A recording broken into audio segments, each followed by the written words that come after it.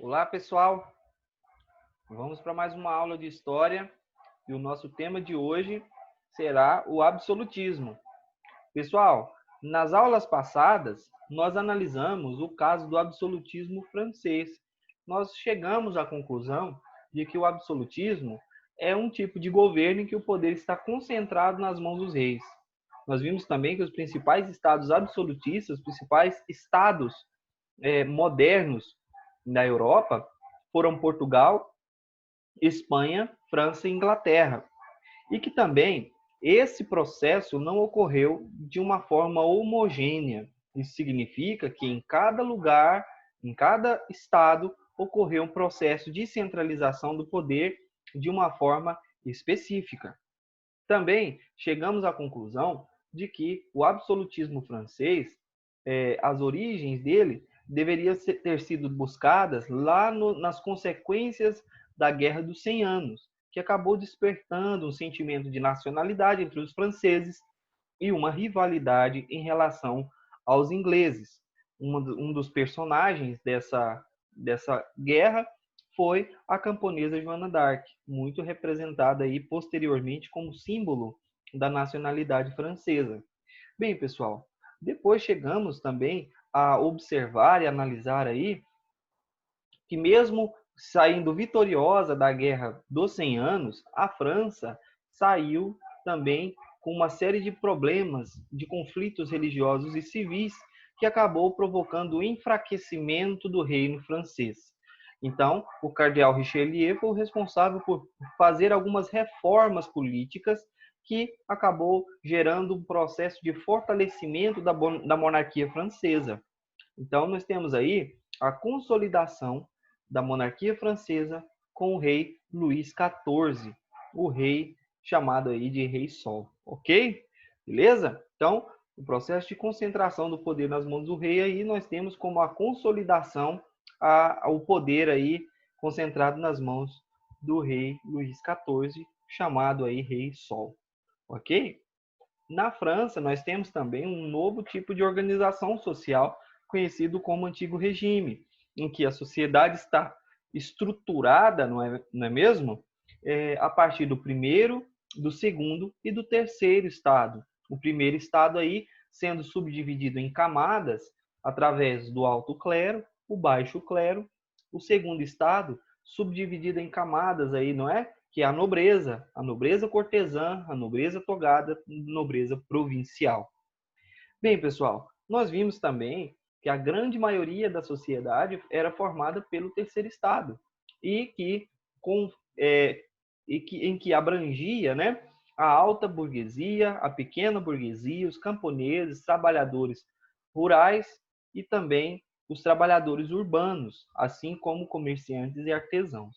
Nós vimos que durante esse processo a alta burguesia conseguiu aí angariar muitos recursos, não é? Através das atividades econômicas e acabou enriquecendo. E em função desse enriquecimento e das crises financeiras que os estados enfrentavam, eles acabaram comprando títulos de nobreza e assumindo aí alguns cargos administrativos. Nós temos também que compreender que nesse processo não ocorreu de forma amistosa, mas muito pelo contrário, a burguesia voltou-se contra o segundo e o terceiro estado. O segundo estado, porque ela almejava, não é, conquistar o poder e o espaço da burguesia, da nobreza, e por outro lado, proteger-se de ameaças como, por exemplo, de membros do terceiro estado, como a pequena burguesia, outros comerciantes, artesãos e os próprios trabalhadores, ok? Então há nessa configuração aí um conflito de classes sociais, de grupos sociais, ok? Então nós vimos também o absolutismo português, que foi desenvolvido, que foi levado a cabo aí pelo Dom João II, né, em 1481, que acabou promovendo um fortalecimento do mercantilismo, das atividades mercantis, do comércio, principalmente do açúcar, tabaco e dos escravos na África, não é? Então ele incentivou aí o comércio marítimo, não é? E também se preocupou aí com o fortalecimento das atividades mercantis, a descoberta de rotas comerciais e o comércio das especiarias. Como não foi alvo do seu governo uma preocupação com as manufaturas, em investir em manufaturas, o Portugal acabou perdendo espaço para outros reinos, como a França, a própria Holanda e a Inglaterra. Nós vimos também que, no caso da Espanha, o absolutismo espanhol se deu através do casamento dos dois reis católicos, Fernando II e Isabel I, né? E a partir dessa união, nós temos um processo de centralização do poder e de um fortalecimento da monarquia espanhola. E isso também traz algumas mudanças, como, por exemplo, a gestão desses monarcas voltados para o incentivo à navegação, a conquista de colônias na América, na África e também na Ásia, e também a busca por colônias, não é, para a exploração do ouro e da prata. Então, em função dessa expansão marítima, não é, de lançar essa busca por novas rotas comerciais, por busca por ouro, por prata e pela exploração aí de novas colônias, é que a monarquia espanhola vai se fortalecer e se manter aí no antigo regime. Nós temos o caso do absolutismo inglês, que é bem particular. Por quê? Porque já desde o século XI já havia um processo de centralização da monarquia inglesa em função da fidelidade dos nobres em relação ao rei.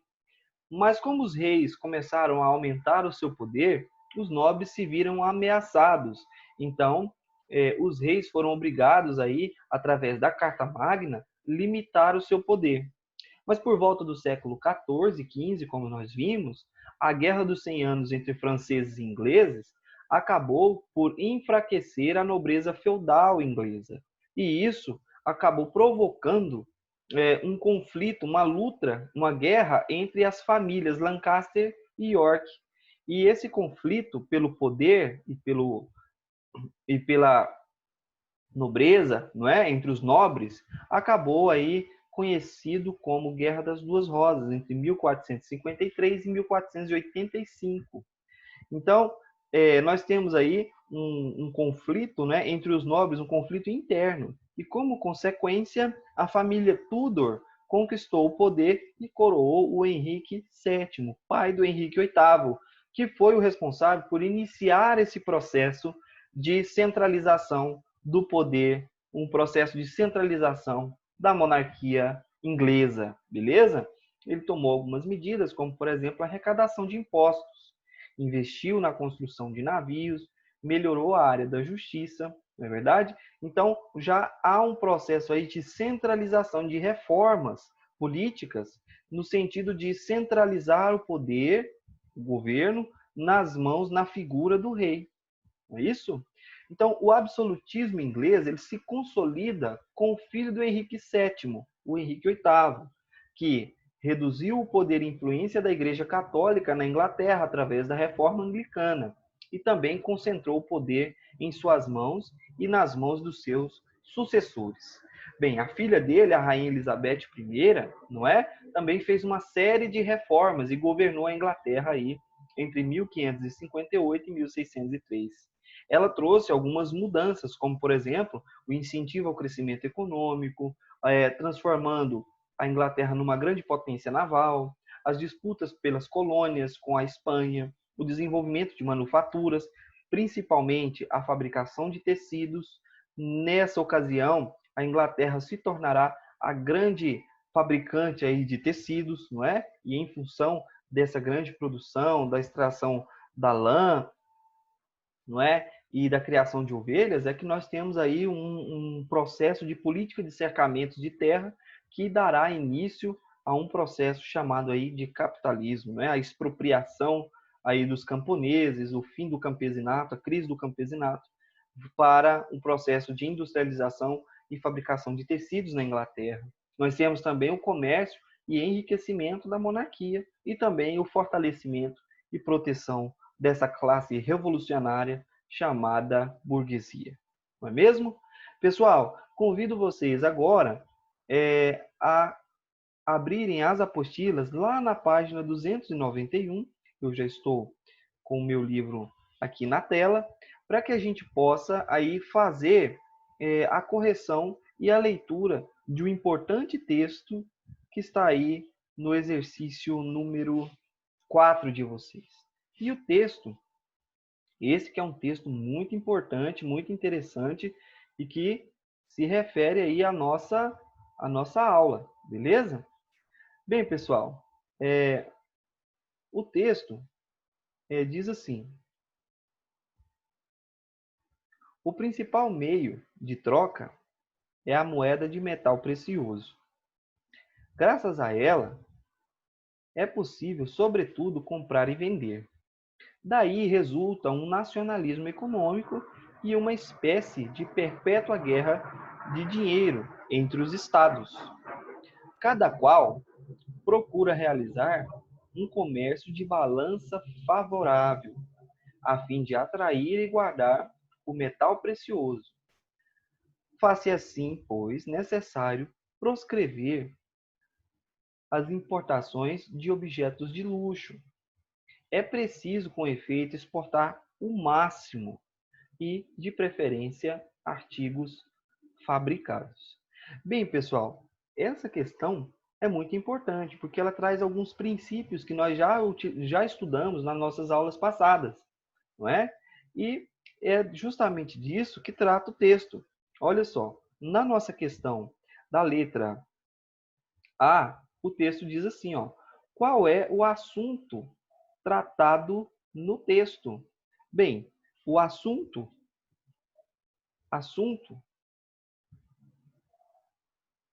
tratado no texto é o mercantilismo.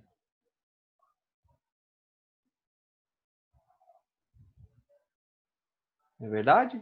Então, o assunto aí tratado nesse texto é justamente o mercantilismo.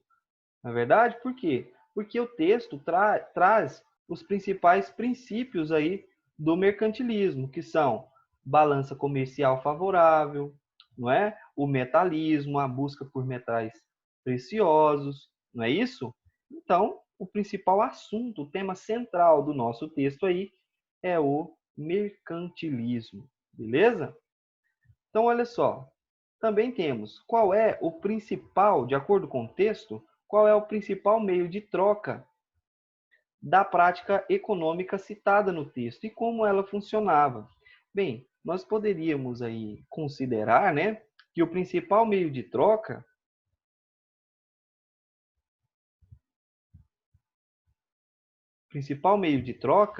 é a moeda de metal precioso, não é? E como ela funcionava? Com ela, podia-se comprar e vender, não é isso? Então, pessoal, nós temos aí o meio de troca, não é? Esse significado abstrato que as moedas acabam tendo, esse valor abstrato, não é isso? A moeda de metal precioso, ela é valiosa por si, através dela era possível a compra e a venda de produtos. Qual é o tipo de balança comercial favorável tratado no texto? Bem, o texto aborda que é preciso vender mais e comprar menos, não é isso? Então, o tipo de balança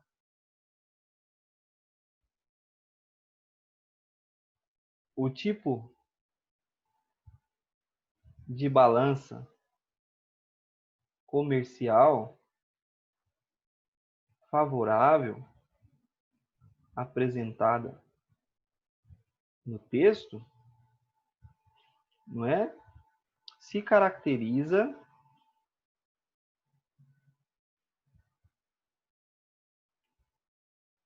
pela, deixa eu só, balança, né? Se caracteriza aí pela diminuição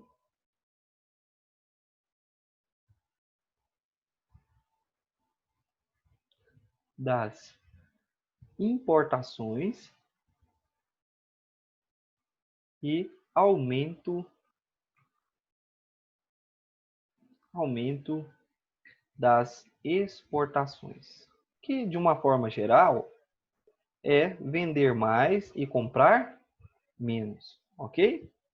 Qual é o resultado dessa prática? O que essa prática, então, promoveria nos estados? Não é isso? De acordo com o texto, nós podemos observar que se cada país começa aí a usar a moeda de metal precioso, não é? Na compra e na venda, daí, como diz na segunda linha do texto, resulta um nacionalismo econômico e uma perpétua guerra de dinheiro entre os estados. Então, como consequência, nós temos aí um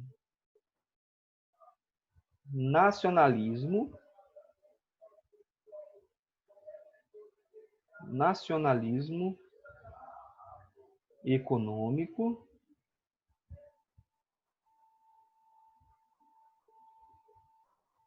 e uma perpétua guerra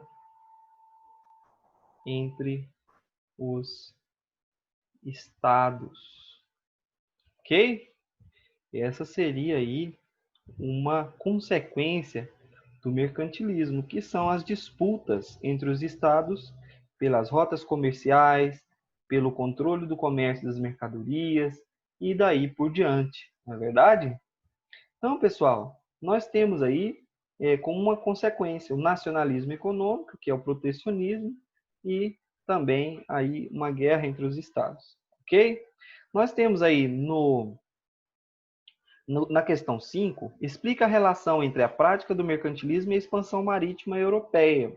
Então, a gente poderia colocar, nesse caso aí, né, que a prática do mercantilismo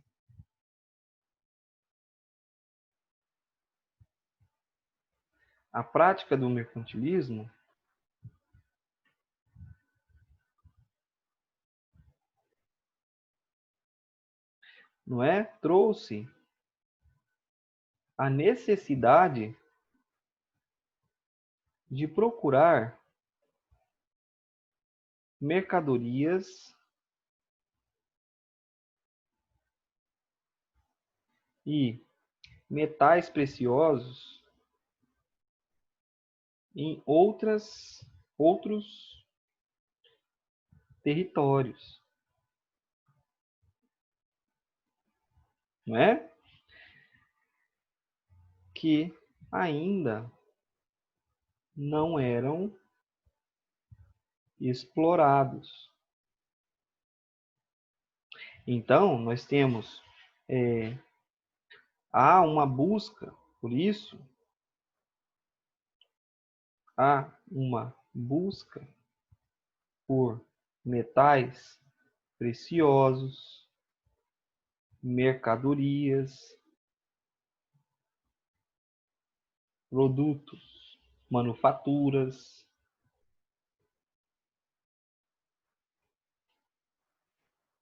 colônias, né? Manufaturas, colônias, não é? E a busca por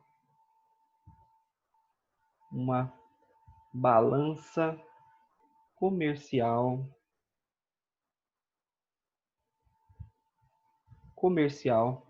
favorável, ok? Então, uma coisa acaba alimentando a outra. Se o mercantilismo é essa exigência, essas práticas econômicas para tornar o Estado economicamente forte, era preciso conquistar mercados e também territórios que ainda não eram explorados. E, em função disso, há essa busca, né, até muito intensa nesse momento, por rotas comerciais, metais preciosos, manufaturas, colônias, não é? e a exploração dessas colônias, a fim de tirar aí as riquezas, ok? Beleza? Então, pessoal, nós temos aí a correção da nossa página 291. Bem, eu vou encerrar a nossa aula por aqui, mas a gente se encontra aí na próxima terça-feira e juntos vamos aprender mais um pouquinho sobre história moderna. Tchau, tchau e até a próxima!